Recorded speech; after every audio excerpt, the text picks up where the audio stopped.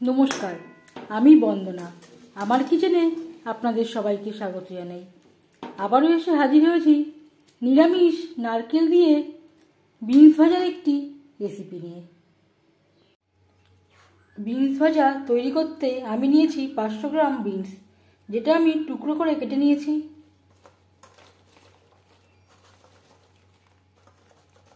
যেই বিনসগুলো শক্ত হয়ে গেছিল তার আমি বীজটা রেখে দিয়েছি। পরিষ্কার করে ধুয়ে নেওয়ার পর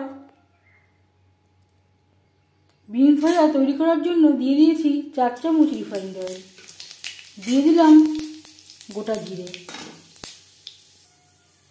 আর দিয়ে দেবো 3টে কাঁচা লঙ্কা। কাঁচা লঙ্কা আমি চিড়ে নিয়েছি। কাঁচা লঙ্কায় জল থাকে, সাবধানে ভাজতে হবে। জিরে কাঁচা লঙ্কা ভেজে নেওয়ার পর দিয়ে দেবো বিনস।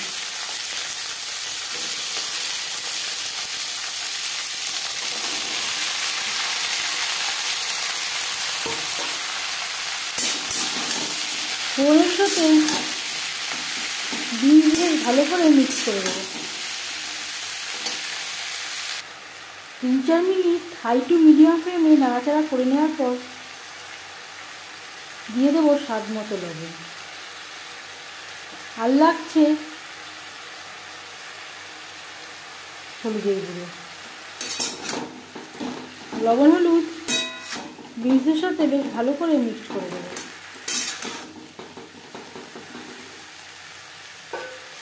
গ্যাসের ফ্লেমটাকে লোতে করে দেবো। 5-6 মিনিট লো ফ্লেমে রান্না করব।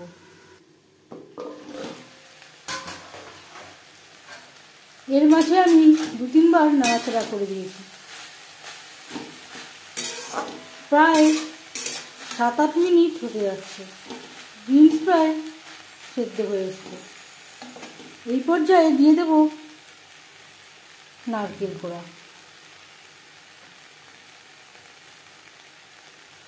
যেহেতু আমি নিরামিষভাবে তৈরি করছি, একটু নারকেলের ব্যবহার করলে স্বাদটা খুবই ভালো হবে।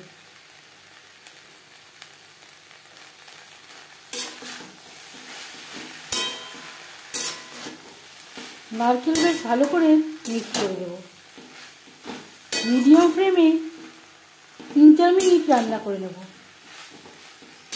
নারকেলের ব্যবহার আগে করলে ভাজাটা ভালো হতো না, কড়াইতে লেগে যাওয়ার সম্ভাবনা থাকতে পারত, তাই আমি নারকেলটা পরে অ্যাড করলাম। 3-4 মিনিট নাড়াচাড়া করে নেওয়ার পর গ্যাসের ফ্লেমটা বন্ধ করে দেবো।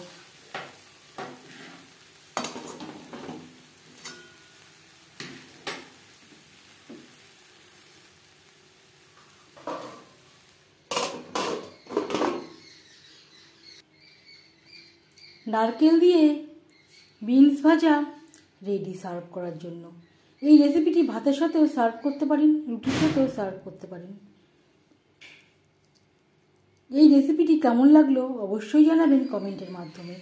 যদি এই রেসিপিটি ভালো লেগে থাকে লাইক করবেন, শেয়ার করবেন, সাবস্ক্রাইব করবেন আমার চ্যানেলটিকে, বেল আইকনটা প্রেস করে দেবেন।